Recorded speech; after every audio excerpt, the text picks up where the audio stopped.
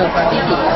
我其實接觸呢樣嘢嘅話咧，就5、6年班小學，咁但係就真正去畫、真正去噴咧，就可能要去到Form 4第1年Form 4，因為我讀咗2年。其實你點解小5、小6就有機會接觸啊？因為其實係嗰陣時初個 music hip hop LMF 傳入咗啦，可能我嗰陣時先可以聽歌，咁就見到有嗰啲 MC 人畫啲好早期嘅graffiti，咁我見到啊，我好中意，咁我本身係畫開嘅，跟住就開始對呢樣嘢有興趣。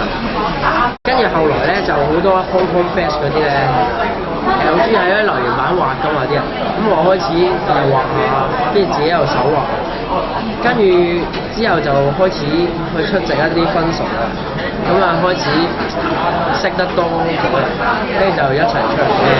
我第一次噴係合法，就喺蒲巴，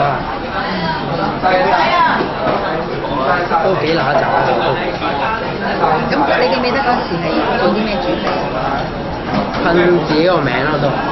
嗰陣時我最記得用用啲好屎嘅色，用鴨屎綠加唔知泥黃色。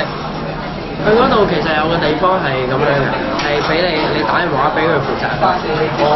我想噴嘢，跟住我好啊，你俾埋幅稿，跟住佢啊俾埲牆你噴，佢得閒又 update 下嗰啲。啊，我記得好早期玩過一個跳舞加 graffiti 嘅班，叫做，但係咧嗰啲就每樣好似得幾堂，即係純粹俾你跳玩下咁樣咯。跟住跳舞，後尾我其實以前都跳過舞嘅。跳個 break 嘅，跟住但係 graffiti 就繼續玩落去咯。跳 break 嘅我發覺冇乜呢個心練，跟住直至到去到蒲巴咁啱遇到其他威又噴啦，遇到年紀相若嘅喎，即係同我差唔多。跟住佢哋係嬲我組 crew，做嗰隊 crew，而家都仲喺度，但係一個啊翻工，一個又去咗外國。就少咗出嚟噴，佢哋就做翻 design 嗰啲咯。我哋就而家新都整咗對 crew，係希望係 design 加 graffiti 兩樣嘢。佢哋大話叫做噴咗幾多年啊？噴嘅話，Form 4